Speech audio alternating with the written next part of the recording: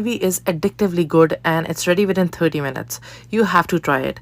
Oil लिया है, onion, green chillies, garlic को अच्छा सा ब्लेंड करके सौटे कर लेंगे. चिकन लिया है, साथ में बेसिक सी स्पाइसेस डालेंगे जो कि रिटन है इन द कैप्शन. स्क्रीन पे लिखी आ रही हैं. कैशूज लिए हैं और उसके अंदर मैंने थोड़ा सा पानी डाल के एक ज़बरदस्त सी पेस्ट बना ली थी. योगर्ट डालेंगे, थोड़ी देर पकाएंगे 5 to 10 minutes. Then we'll add thick cream. And पे डालेंगे ब्लैक पेपर, कसूरी मेथी, ग्रीन चिलीज और घी या बटर. कवर करके इसे 10 से 15 मिनट पकाएंगे until the oil separates. and best